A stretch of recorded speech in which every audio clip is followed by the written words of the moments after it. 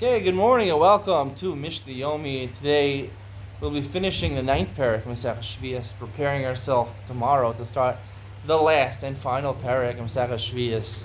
And when we conclude Masechah Sheviis, that means Shemitah year has ended over here. You can go to your field and take Shemitah fruit, grow Shemitah fruit, work the land. No, I'm joking. You have to wait until Rosh Hashanah and maybe Tosefes Shemitah.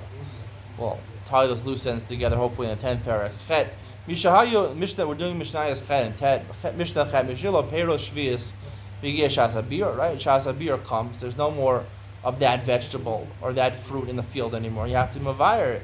You had it in your house. Beheter, right? You picked it from the field. You weren't mishamer. You didn't make a fence around your field. Mechalik wasn't shalashudas l'cholech avechad. You don't have to get rid of it so fast. You can give 3 meals worth to every person in your household. That's part of enjoying the sabbatical. You don't have to get rid of it right away to eat it. The rest you have to put in the field. The aniyim are the only ones, according to the Tanna Kama. Avalo ashirim, Rabbi Yehuda. According to Rabbi Yehuda, says only the aniyim. Once you're mafkir, once you're mavayir, the fruit, the rams you have to burn it. But according to Rabbi Janur, you just mafkir it. So who gets to eat it? The aniyim get to eat it because it's sort of like, we'll explain this machlokas in Ian Mishna.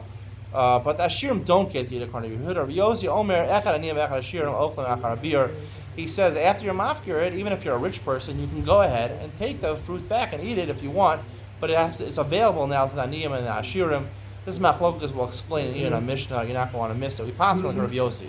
The Ashirim could also eat it. Mishnah Tet Mishayu Lo Peiros Shvius Shnafu Lo B'Yerusha O Shnitzu Lo Matana. Right? Technically, if Peiros Shvius come to you, you inherit them, right? Someone owned them and they die, and you get inheritance. Someone gave you a present, a pair of Sheviis or Blazer Omer, Yinatnu Lo Chleyen. You can't directly benefit from them. You have to open up your house and give it to other people who could eat it along with you. You could eat it together with other people. You have to sort of be mafkir, but eat it with other people. Blazer holds, right? We had a machlokas before that you can take a matana. Because you're going to be machzek tova, right? You're going to feel, someone gives you a present, a pair of Sheviis, so therefore you feel a debt of gratitude to them. And that's like doing schoru with a pair of Sheviis, according to Belezer. He's machmer on that. He holds, when you're machzek tova, when I feel a debt of gratitude, so therefore that's mamish like having a debt of pair of Sheviis, paying your chov a pair of Sheviis, and you're doing business with a pair of Sheviis, it's not Shvisa. The Chum will remain a chot in this car. The Chum really hold technically, there's no problem with that. Yerusha Matana.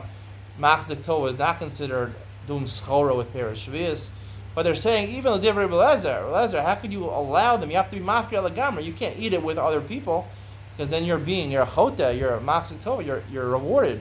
Eli makru la'achleim v'deim dmeim is kalkul l'gadol. You have to sell them completely to other people, and the money that you get, you have to give out as hefker. You have to get rid of it from yourself entirely.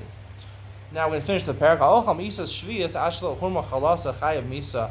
When you're kneading some dough of Sheviis, you have to take off challah, right?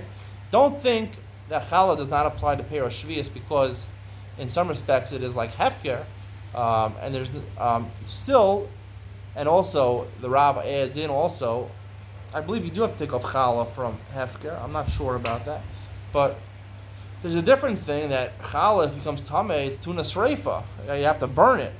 So, and Sheviis, Peros Sheviis, we know you can only eat it, you can't burn it. So since challah has the possibility of becoming tamei and becoming susceptible to burning, so therefore maybe challah doesn't apply on Sheviis also. Kamash from the Mishna, chayiv misa, right? Once you do the lisha, right, you knead the dough together and it becomes chayiv in challah, and you eat it then you're chayiv misa b'dei shamayim for eating challah.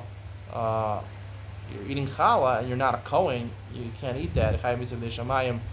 That was the conclusion of today's Mishnah and today's Shir. Stay tuned for Ina Mishnah, where we discuss Mishnah Ches a little more in detail, the Machlokes between Reyosi and Rabbi Yehuda.